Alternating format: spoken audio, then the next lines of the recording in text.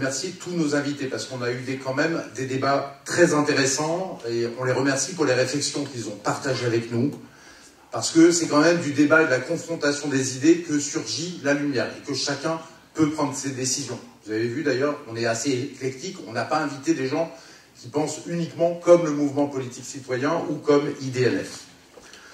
Malheureusement pour la France, vous le savez, ceux qui nous déclarent ici ne sont quasiment jamais invités dans les médias, dans les grands médias. On nous propose que des tribunes ou des débats complètement aseptisés avec des gens qui ont le même logiciel, post-national, européiste et mondialiste. C'est l'une des explications, d'ailleurs, du malheur français, c'est l'impossibilité de réfléchir collectivement à l'avenir du pays, l'impossibilité de sortir du tapis roulant qui nous emmène au désastre, on le sait, et l'interdiction de changer de direction. Bah oui, pensez donc, c'est le sens de l'histoire, et en fait, nous n'avons pas le droit de remettre en cause la religion d'un petit milieu parisien totalement hors sol, et on n'a pas le droit de discuter d'un changement de direction du pays. Tout simplement parce que le pays leur appartient pour eux. En fait, on a une petite oligarchie qui a tout simplement pris le contrôle du pays, des médias, de la politique. Cette oligarchie, elle s'est unie pour faire élire Emmanuel Macron, notre grand malheur à tous, il y a 7 ans. Et elle n'aime pas la France. D'ailleurs, son homme, que dit-il? Il n'y a pas de culture française. Elle n'aime pas non plus le peuple français. L'oligarchie nous dit, son homme nous dit que nous sommes des gens qui ne sont rien, des Gaulois réfractaires dont on interdit l'avenue en centre-ville depuis le début de l'année pour cause de voitures qui polluent les riches. Et puis, il faut aussi mater le peuple pour elle et le faire savoir. Vous avez vu que quand des Français en grande difficulté osent descendre dans la rue pour dire qu'ils n'arrivent plus à nourrir leurs enfants, qu'ils n'arrivent plus, en fait, à vivre correctement, bah, cette oligarchie, elle donne des ordres, ou elle applaudit les ordres d'enfumer ces Français au gaz lacrymogène, ou de leur tirer dessus au LBD.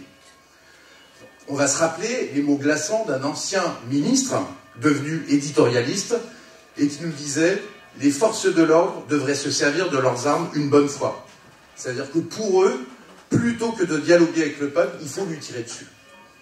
On va se rappeler aussi les mots de la chef du service politique d'une grande chaîne publique en janvier 2019, décrivant les gilets jaunes des débuts, qui disait « un goût pour la violence, l'antisémitisme, le racisme, le complotisme. Bref, tout ce qu'il y a de pire chez l'homme. » Voilà. Comment mieux exprimer leur mépris pour le peuple français?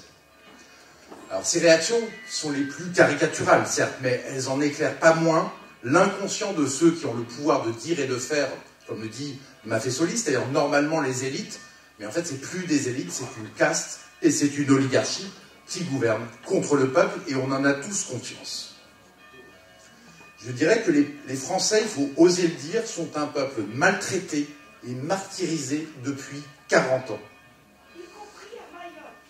Y compris à Mayotte, mais c'est une caste qui a emmené tout le pays au désastre. Plus rien ne fonctionne, plus rien ne tient debout en France. Bon, ben, l'insécurité est grandissante et des jeunes Français se font massacrer dans la rue pour un regard ou pour un téléphone. Des Français atteints d'une simple infection, on en a parlé tout à l'heure, meurent abandonnés sur des brancards aux urgences parce que la santé publique a été démontée pierre par pierre. Nos enfants sont de moins en moins instruits par l'éducation nationale. Refus d'exercer d'autorité, manque de discipline, application de méthodes pédagogistes en échec. Ça ne permet plus de donner à nos enfants des armes pour affronter l'avenir. Enfin, la France, il faut en parler, est submergée par des flux d'immigration de 500 000 personnes par an, c'est-à-dire l'équivalent d'une grande ville, alors même qu'elle n'a plus d'argent pour ses propres enfants. Alors même que l'absence d'assimilation mène au communautarisme et au risque de partition, selon les propres mots d'un ex-président, un certain François Hollande. Alors que Macron avait fait des chefs d'entreprise et de l'économie sa priorité, aux dépens du social, aux dépens des classes moyennes et populaires, l'économie s'effondre. On n'a jamais vu un tel nombre d'entreprises faire faillite. En une année, 66 000. Malgré les mensonges éhontés de Macron et de sa bande, l'industrie, la clé de la puissance d'un pays et surtout de la prospérité générale, continue à dévisser. La catastrophe, elle atteint un tel point, qu'il faut le rappeler, un quart des Français n'arrivent plus à manger à sa faim, n'arrivent plus à se soigner ou à se chauffer correctement. Et tout s'effondre malgré une orgie de dette publique de 1000 milliards d'euros. C'est ça qui est fou. Les Français s'insurgent à juste titre, parce qu'en fait, ils payent beaucoup d'impôts, mais ils n'ont plus rien en face. Pourquoi payer des impôts quand on n'a plus d'horizon, qu'on n'a plus de sécurité, qu'on n'a plus de dentistes, qu'on n'a plus de médecins, quand les services publics sont abattus à un... Et pour finir, bien entendu, la France, jadis respectée dans le monde entier, est aujourd'hui humiliée par Macron à l'international, rejetée d'Afrique, et elle n'est respectée nulle part. Ce qui est important, c'est qu'à chaque échec de la caste, depuis 40 ans, elle utilise contre le peuple la même technique perverse pour renverser la responsabilité et pointer du doigt le peuple, c'est-à-dire l'inversion accusatoire. Exemple, quand la politique d'immigration commençait à porter des fruits amers, que des Français se plaignaient de la difficulté de coexister avec des immigrés dans certains quartiers, la caste ne revenait pas sur sa politique d'immigration. En fait, au contraire, Julien Drey, François Mitterrand inventaient l'idéologie antiraciste, montaient SOS Racisme, pour accuser les Français du problème qu'ils avaient eux-mêmes créé. Quand les Français ils se plaignaient de difficultés à trouver un emploi dans le pays aux 6 millions de chômeurs, encore aujourd'hui, la caste leur dit de faire comme les Américains, les Allemands, les Anglais, de détruire leurs conditions de travail, et pourquoi pas d'accepter des contrats 0 heure comme au Royaume-Uni. 0 heure garantie, mais un contrat de travail. Voilà. Évidemment, cette caste rejette une fois de plus la faute sur les Français en expliquant que pour elle, c'est des stupides fainéants qui n'ont pas compris qu'il fallait juste traverser la rue pour trouver un emploi. Et ça, tout le monde le sait. Quand des Français se plaignaient de ne plus pouvoir vivre avec un SMIC, on a dit, la caste a expliqué que, au lieu de les écouter, elle a renversé le problème, elle a envoyé des CRS gazés et tiré dessus au LBD contre ces gilets jaunes. Donc comprenez bien, ce qu'il faut bien comprendre, c'est si eux ont le pouvoir, mais si la France échoue, ils n'ont aucune responsabilité. Tout est de la faute du Français moyen, selon donc, ce mécanisme d'inversion accusatoire qui est sans cesse utilisé. Et quand aujourd'hui, les Français qui sont effrayés par le spectacle de la destruction de leur pays osent dire légitimement leur colère sur les réseaux sociaux, je pense que vous en faites partie, eh bien la caste accuse sans rire les Français d'ingérence étrangère. La caste affirme crânement, les réseaux sociaux, le débat tue la démocratie. Elle va tenter donc par tous les moyens de fermer et de censurer les réseaux sociaux pour faire taire le peuple parce que essayer d'interdire le débat et la démocratie, c'est leur seule porte de sortie. Alors bien sûr, on le sent, les Français oscillent entre colère et désespoir. Ils ont le sentiment ô combien légitime de payer pour les privilèges d'une caste qui les méprise et les martyrise, d'être de plus en plus pauvres pendant que les autres s'empiffrent, et enfin de payer pour des clandestins qui n'ont jamais contribué, eux, aux finances publiques. Puis leur liberté est sans cesse amoindrie par des obligations plus stupides les unes que les autres. Donc en 2021 et 2022, c'était l'interdiction d'aller au restaurant ou au café, si on n'avait pas un pass sanitaire ou un pass vaccinal. 3 ans après, c'est encore plus impressionnant. Ou avoir l'interdiction de boire un café debout pendant quelques semaines, début 2022, par Castex. Puis en 2025, maintenant, c'est interdiction avec les ZFE pour un tiers de Français de rentrer dans les grandes villes, déposer leurs enfants à l'école ou d'amener leur mère chez un médecin. Puis c'est l'interdiction de brûler du bois mort dans votre jardin, quelques branches de bois mort. Bon, c'est un crime écologique. Et puis c'est aussi l'interdiction de louer votre bien s'il n'est pas isolé à grands frais, alors que ça ne fonctionne pas, que les Français n'arrivent plus à se loger aujourd'hui. Voilà. Enfin, la CAS vient d'inventer le truc sublime, c'est-à-dire la poubelle à puces et la police des ordures pour surveiller le volume de nos ordures. En fait, les mots d'ordre de la CAS, si vous regardez, c'est les autres avant les nôtres, nous préserverons nos privilèges à tout prix, et pour nos échecs, vous subirez notre courroux et des privations de liberté. Tout ça ne peut plus durer. Quant aux partis politiques d'opposition censés nous représenter, il semble que leur mot d'ordre aujourd'hui, c'est de laisser Macron et le gouvernement en place pour pouvoir continuer à toucher quelques prébendes. C'est pour cela qu'au mouvement politique citoyen, nous disons, et nous ne sommes pas des démagogues, nous disons, la classe politique a trahi, seul le peuple français peut sauver la France. La raison du désastre, c'est qu'après avoir tué la nation, c'est avoir tué la nation et vouloir dissoudre le peuple. Et le crime de ceux qui nous dirigent, c'est d'avoir voulu détruire le principe spirituel qu'est la nation. Parce que, depuis 50 ans, la quasi-totalité de la classe politique française a décidé d'effacer la nation pour porter symétriquement au nu leur machin européen. Donc, Valéry Giscard d'Estaing a commencé avec « la France est trop petite », d'autres ont continué avec « la France est coupable », et enfin Mitterrand a clos le débat en disant « la France est votre passé et l'Union européenne est votre avenir ». Ils ont conditionné en fait les Français à mépriser leur propre histoire, à avoir honte de leur pays, à développer un dramatique complexe en fait d'aquabonisme et d'impuissance. À quoi bon? La France ne vaut rien. Vous l'avez vous-même entendu. Mais c'était leur objectif parce que ce qu'ils veulent, c'est que les Français rejettent la France, leur nation, leur patrie, et approuvent le projet supranational, leur projet, l'Union européenne. Et ça, c'est un véritable crime qu'ils ont commis. Ernest Renan avait tout compris et le disait. Dans son texte remarquable, « Qu'est-ce qu'une nation ?» il nous montrait « Il y a dans la nationalité un côté de sentiment. Elle est âme et corps à la fois. Un Zollverein, une union douanière, n'est pas une patrie. La nation, comme l'individu, est l'aboutissement d'un long passé d'efforts, de sacrifices et de dévouement. Avoir fait de grandes choses ensemble, vouloir en faire encore dans l'avenir. Deux choses qui, à vrai dire, n'en font qu'une, constituent cette âme, ce principe spirituel. L'une est dans le passé, l'autre est dans le présent. Le culte des ancêtres est de tous le plus légitime. Les ancêtres nous ont fait tels que nous sommes. Un passé héroïque, des grands hommes, de la gloire, j'entends de la véritable, voilà le capital social sur lequel on assied une idée nationale. Avoir des gloires communes dans le passé, une volonté commune dans le présent, avoir fait de grandes choses ensemble, vouloir en faire encore, voilà les conditions essentielles pour être un peuple. On aime en proportion des sacrifices qu'on a consentis, des maux qu'on a soufferts, on aime la maison qu'on a construite, qu'on a bâtie de ses mains et qu'on transmet. Une nation, c'est donc une grande solidarité, constituée par le sentiment des sacrifices qu'on a faits et de ceux qu'on va faire dans l'avenir.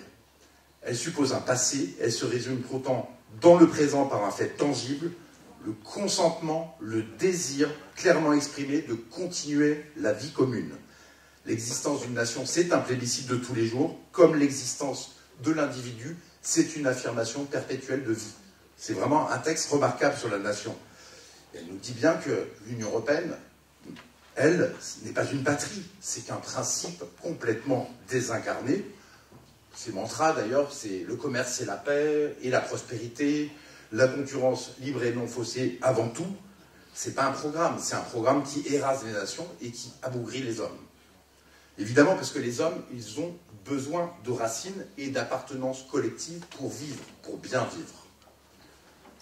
Pour autant, ce principe désincarné, pour notre grand malheur, pompe sans cesse sa souveraineté nationale à la France. Frontières, monnaie, loi sur l'immigration, agriculture, industrie, spatiale, santé, économie, et bientôt la défense. Quand un État est à ce point-là vidé de toute capacité d'action par un pouvoir supranational, il perd sa raison d'être et sa crédibilité. Il ne faut pas chercher plus loin le problème d'autorité de l'État en France. Un État sans pouvoir, un État incapable n'a rien à offrir au pays. D'ailleurs, est-ce encore un État? La question se pose. J'étais aux côtés de la regrettée Marie-France Garot, en fait, quand cette grande dame expliquait sur le plateau de Frédéric Tadei, pour qu'une collectivité humaine, pour qu'un État soit souverain, il faut qu'il dispose de 4 pouvoirs. Battre monnaie, écrire ses lois, rendre la justice, décider de la paix ou de la guerre. Ça date de Philippe le Bel et on a quand même eu le temps de s'en pénétrer. Est-ce que notre pays, est-ce que notre État existe encore? Si on est rigoureux, la réponse est non. Pour en revenir à la nation, c'est un désir de continuer la vie commune. Ça permet la vie commune. C'est bien loin, vous voyez, du vivre ensemble totalement désincarné qui nous a été vendu. La nation, c'est un des murs porteurs dont Philippe de Villiers parle souvent, et qui, en s'effondrant, fait s'effondrer la civilisation. Donc, voulons-nous assister en spectateurs à l'effondrement, ou sommes-nous prêts à nous battre, à donner de nous-mêmes pour l'en empêcher? C'est ça la question qui est posée à tous les Français. Une nation, c'est une âme, un principe spirituel, un principe de vie qui nous dépasse et qui nous porte tout à la fois. C'est de cela que l'oligarchie tente de nous estropier. C'est pour ça que la France, aujourd'hui, se disloque. C'est ce principe de nation et cet amour de notre pays que nous devons faire tous ensemble, à nouveau, souffler sur la France. Alors la politique, ce n'est pas que des grands mots et des discours. Hein. La politique, c'est avant tout de prendre part à la vie de la cité, de proposer une vision et surtout un projet pour la France. Qu'est-ce qu'on va faire demain ensemble? Les mots, ça sert à insuffler l'énergie et l'action, elle, permet de transformer la réalité. C'est pourquoi au mouvement politique citoyen, nous avons mis en place des commissions, voilà, avec rassembler des citoyens motivés et compétents, des serviteurs de l'État, des policiers, vous en avez vu un, le commissaire Maurice Signolet qui est remarquable tout à l'heure, des chefs d'entreprise, des enseignants, des agriculteurs, voilà. Beaucoup de gens pour trouver ensemble des solutions fortes, concrètes et immédiatement applicables pour redresser la France. Parce que c'est de ça dont nous avons besoin.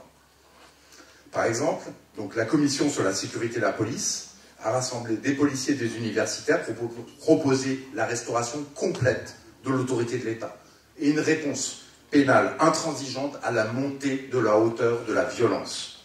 Nous savons quelle loi changer, quelle structure renforcer et quels moyens donner à ceux qui protègent les Français. Ce travail de fond, nous l'avons fait dans nombre de domaines et nous pouvons délivrer une partie de notre projet pour la France.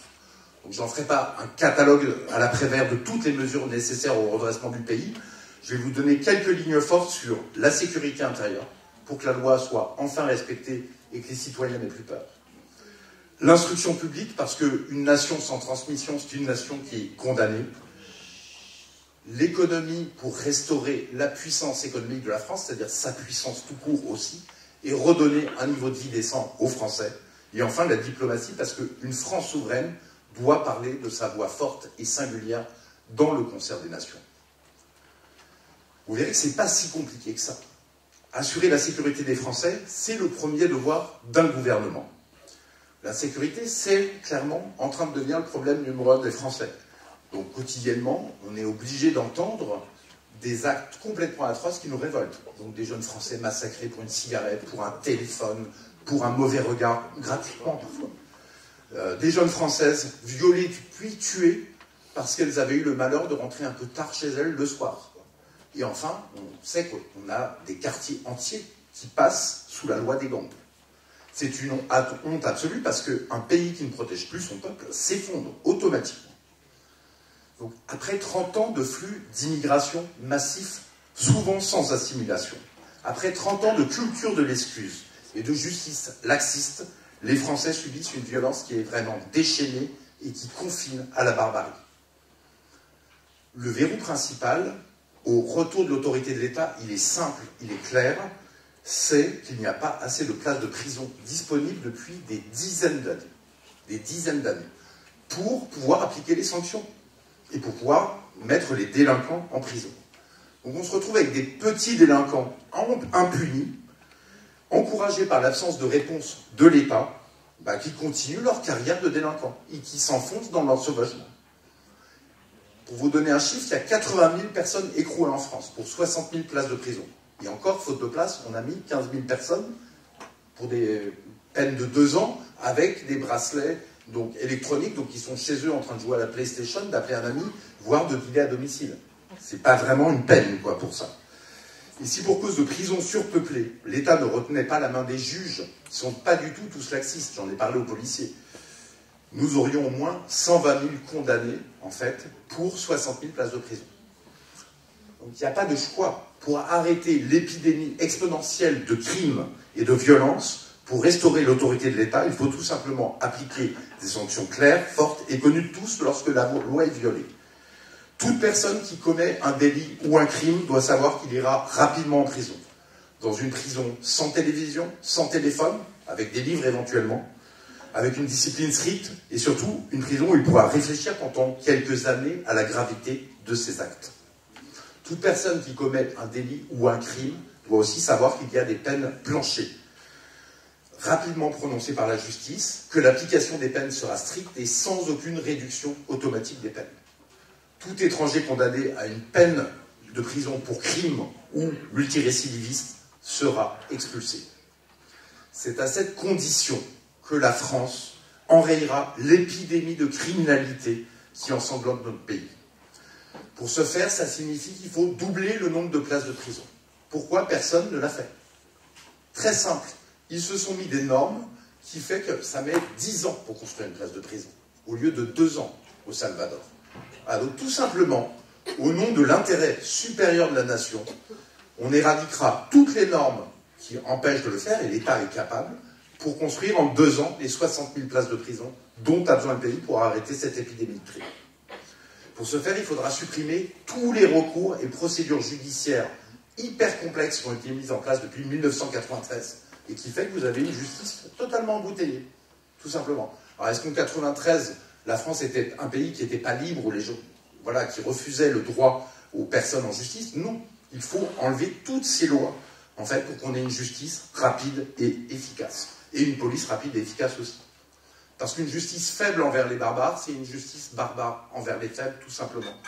La culture de l'excuse et le laxisme, c'est de la malveillance envers le peuple français.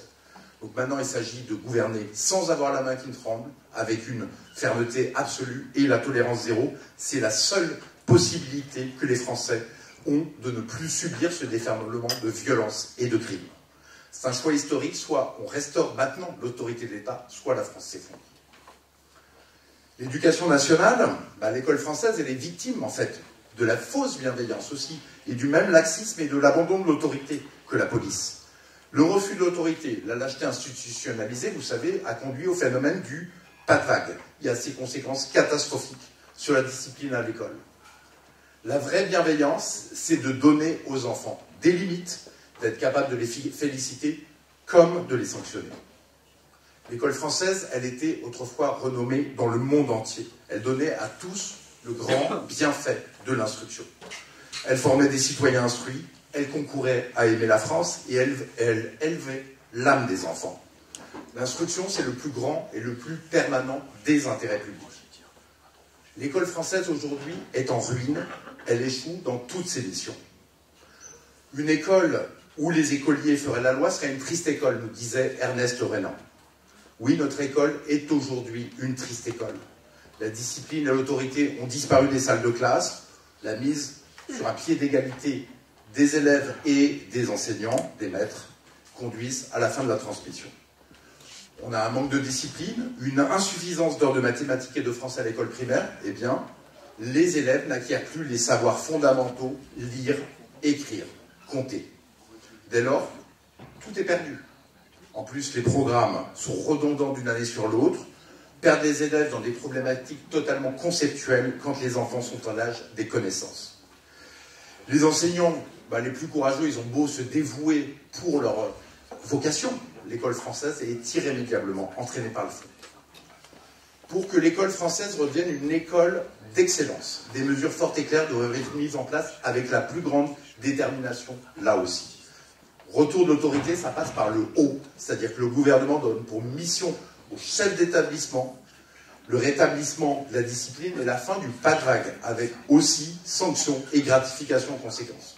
Il soutient rigoureusement les directeurs et impose au corps enseignant le rétablissement de la discipline et d'une autorité juste dans toutes les salles de classe.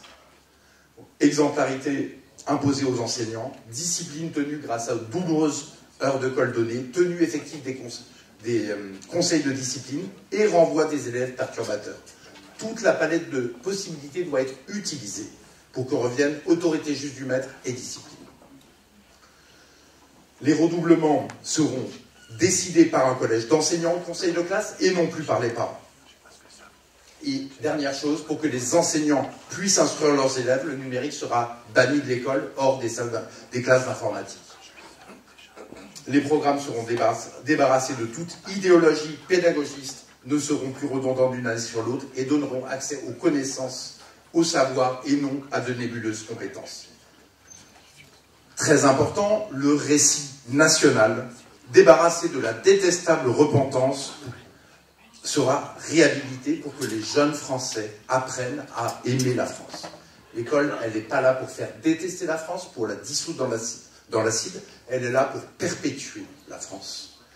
À ces conditions, l'école française renaîtra de ses cendres, pourra se redresser et redevenir une école d'excellence. Après l'insécurité, l'école, parlons d'agriculture, parce qu'aujourd'hui, nos agriculteurs disent qu'ils sont en train de mourir. Honte à ceux qui dirigent la France et ceux qui font en sorte que ceux qui nous nourrissent meurent et n'arrivent pas à vivre de leur travail. Pourquoi? Parce qu'on a des revenus de paysans complètement écrasés, un revenu de 1 035 € par mois au niveau médian, 70 heures de travail par semaine, soit 4 € de l'heure. Nombre d'entre eux gagnent moins que le RSA, 70% sont en difficulté financière. Donc beaucoup ne s'en sortent plus, finissent en faillite et sont obligés de vendre leur terre, la terre de la famille. Écrasés de honte, certains finissent en fait tout simplement par suicider et on en arrive à 2 suicides de paysans par jour. Alors qui assassine ainsi l'agriculture française? Bon, j'ai affaire à des gens qui connaissent le sujet, c'est tout simplement l'Union européenne et l'hyper-concurrence mortifère auquel elle a soumis nos agriculteurs. Ça a commencé par l'Espagne et la concurrence de l'Europe de l'Ouest, ça a continué ensuite avec l'Europe de l'Est et les pays à bas salaire, et ça empire avec les accords de libre-échange signés avec le monde entier qui écrasent les prix vers le bas. Cette concurrence, en plus, elle est déloyale, vous le savez, un quart des produits qui sont vendus en France sont en fait contraires aux normes européennes. On a des producteurs de poulets de taille tout à fait limitée et raisonnable en France, des élevages, en fait, qui sont juste concurrencés par des fermes géantes ukrainiennes qui produisent chacune 75 millions de poulets. Voilà. Avec des poulets gavés aux hormones et de croissance et aux antibiotiques, et avec des salariés ukrainiens payés 1 € de l'heure. Tout est dit, c'est une véritable horreur économique, et d'ailleurs, ces fermes géantes, elles appartiennent à un milliardaire ukrainien, dont la firme est basée à Chypre, et qui est coté à la Bourse de Londres. Demain, avec le Mercosur, ça va être 10 000 bêtes, des fermes-usines de 10 000 bêtes. Ces bœufs-là, engraissés aux hormones, vont concurrencer nos éleveurs. Il va falloir déforester l'Amazonie pour produire le soja nécessaire à ces fermes-usines, et donc tuer ainsi nos paysans, qui eux-mêmes sont soumis à des normes drastiques. Donc vraiment, on marche sur la tête. Aujourd'hui, les paysans le disent, ont raison. Et la solution, elle est simple. Il faut juste avoir le courage de le dire. Faire renaître notre agriculture, ça impose la sortie de l'Union européenne. Ce qui signifie renégociation automatique de tous les traités de libre-échange.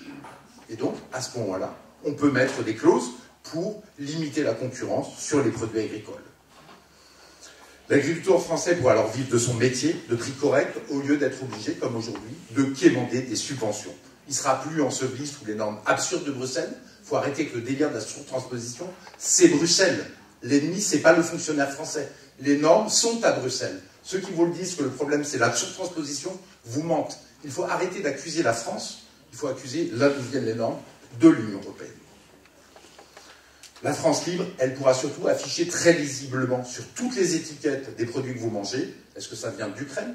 Est-ce que ça vient du Brésil? Est-ce que ça vient de Chine? Ou est-ce que ça vient de France avec un drapeau bleu, blanc, rouge? Et là, le chemin, en fait, s'éclaire pour les agriculteurs, comme il s'éclairera pour l'industrie et toute notre économie. Parce que l'industrie, c'est la clé de la prospérité générale et de la puissance économique d'un pays. Elle offre des bons salaires aux Français.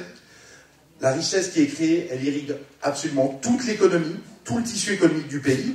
Et si l'économie en France est en déshérence, c'est si 65 000 entreprises ont disparu l'année dernière, si on a un déficit public et une dette publique au plafond, la raison principale, c'est la disparition de la source principale de la richesse, c'est-à-dire de l'industrie.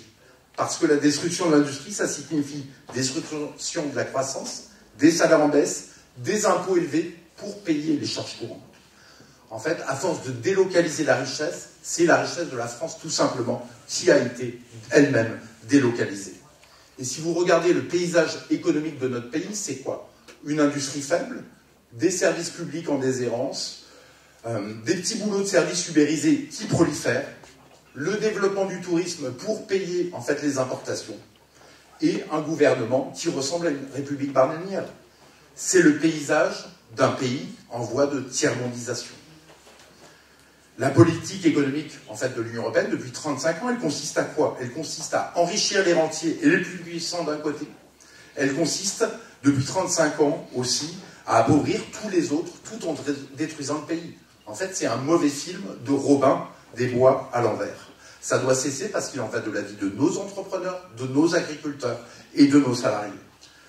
En plus, l'Union européenne, vous le savez, impose les prix de l'énergie les plus élevés et artificiels du monde, écrase l'économie sous les normes, signe des accords de libre-échange désavantageux pour mettre notre industrie, elle aussi, en concurrence frontale et souvent déloyale avec toute la planète.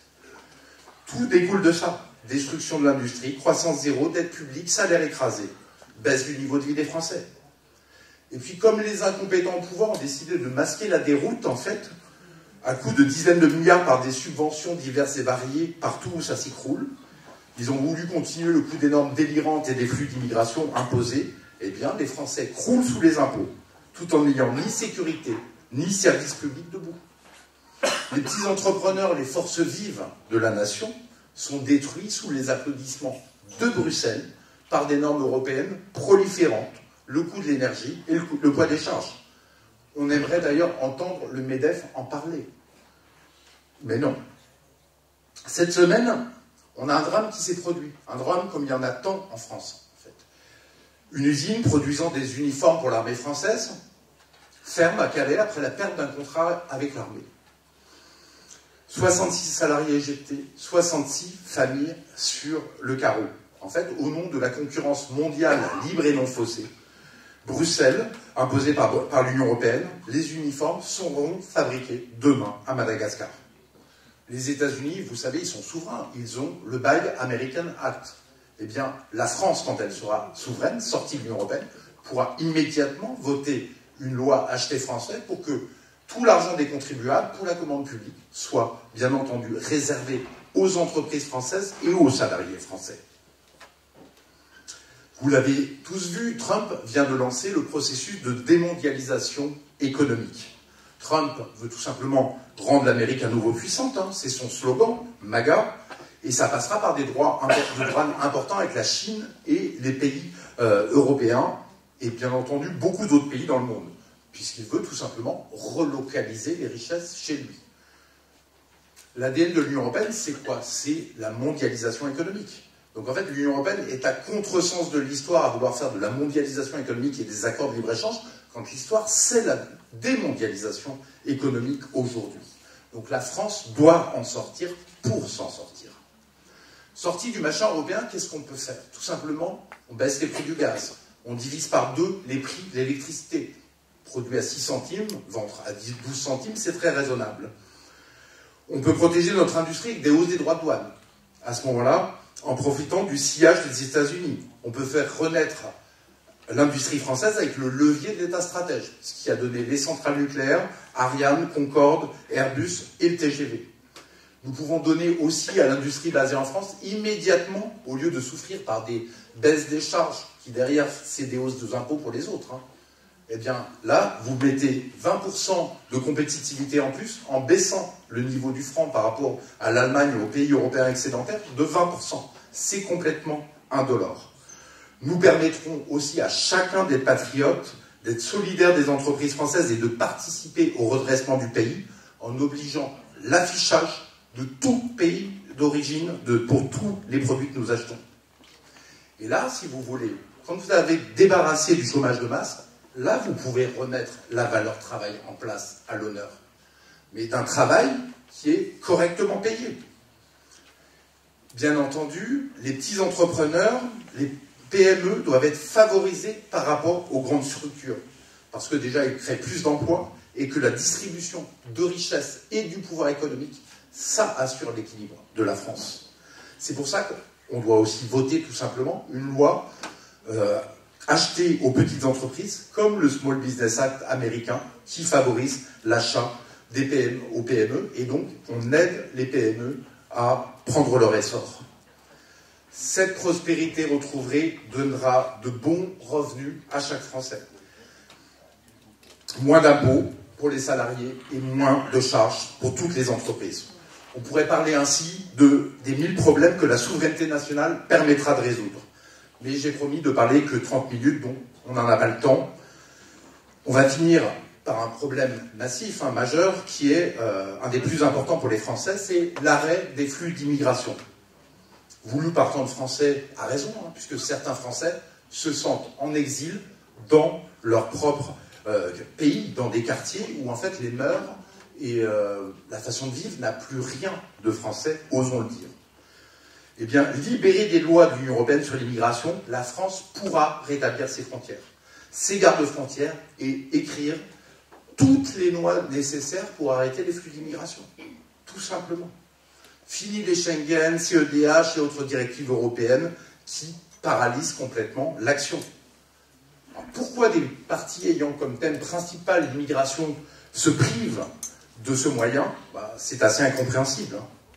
Parce que comme Trump est en train de montrer, lorsque la France sera à nouveau un pays souverain, elle pourra elle aussi sortir de l'impuissance politique.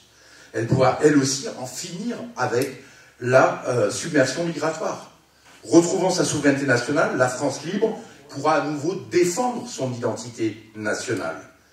Car si certains font semblant aussi de ne pas le comprendre, en fait, l'identité et la souveraineté nationale sont les deux faces de la même médaille.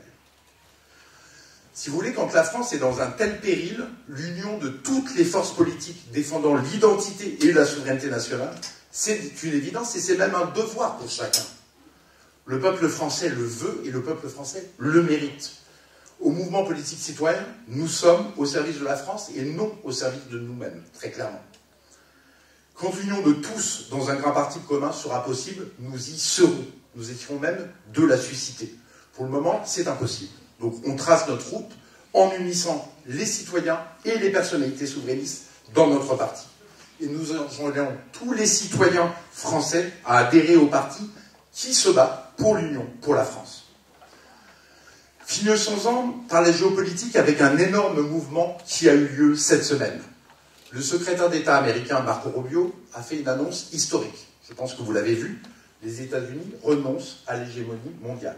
Ils renoncent à être les gendarmes du monde, à gouverner le monde, et ils veulent être une grande puissance respectée dans un monde multipolaire, de nations libres.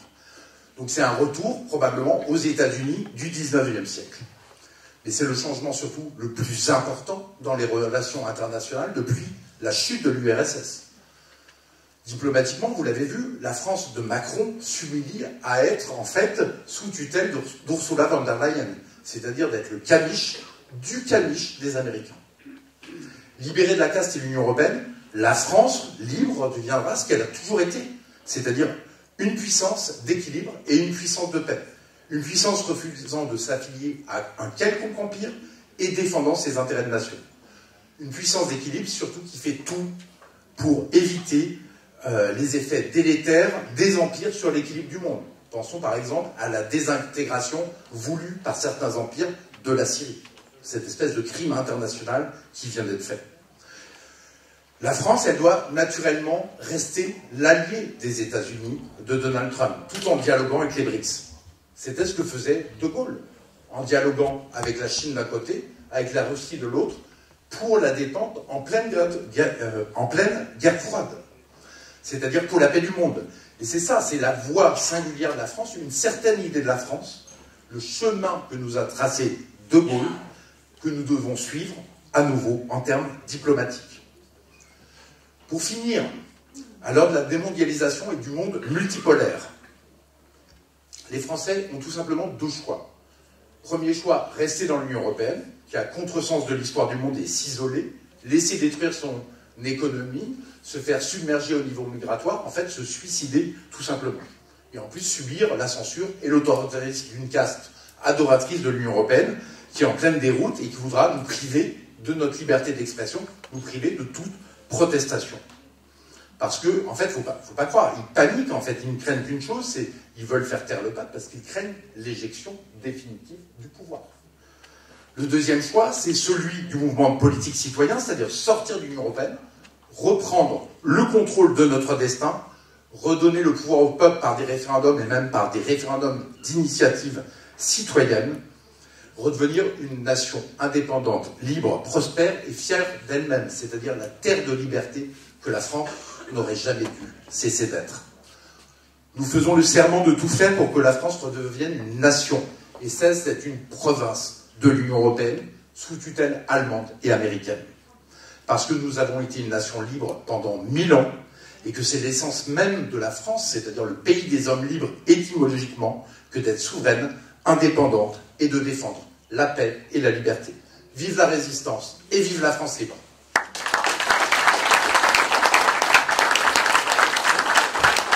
Je crois que dans une réunion de patriotes, on ne peut pas finir sans chanter la Marseillaise tous ensemble. Donc on va se lever et tous chanter. Allons enfants de la patrie, le jour de gloire est arrivé. Contre